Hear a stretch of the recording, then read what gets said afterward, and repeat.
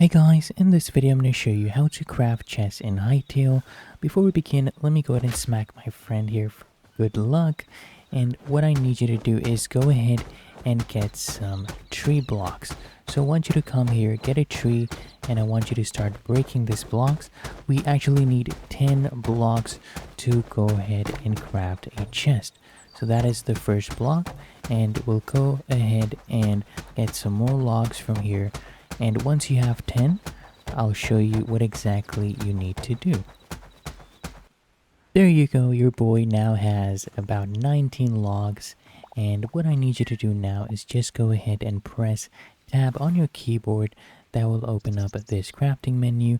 And from here you'll see wooden chest. I want you to click on that. And then as you can see, I have these tree trunks. You only need about 10, which I have 19 of. Just click here on craft. And as you can see, I have my wooden chest, which I can go ahead and use. So there we go. I'll just go ahead and press the number 5. And you can go ahead and place that wooden chest and open it up by pressing F. That is how to craft chests in Hytale. If you found this helpful, make sure you smash that like button and subscribe to the channel. It helps me out as well. Boom.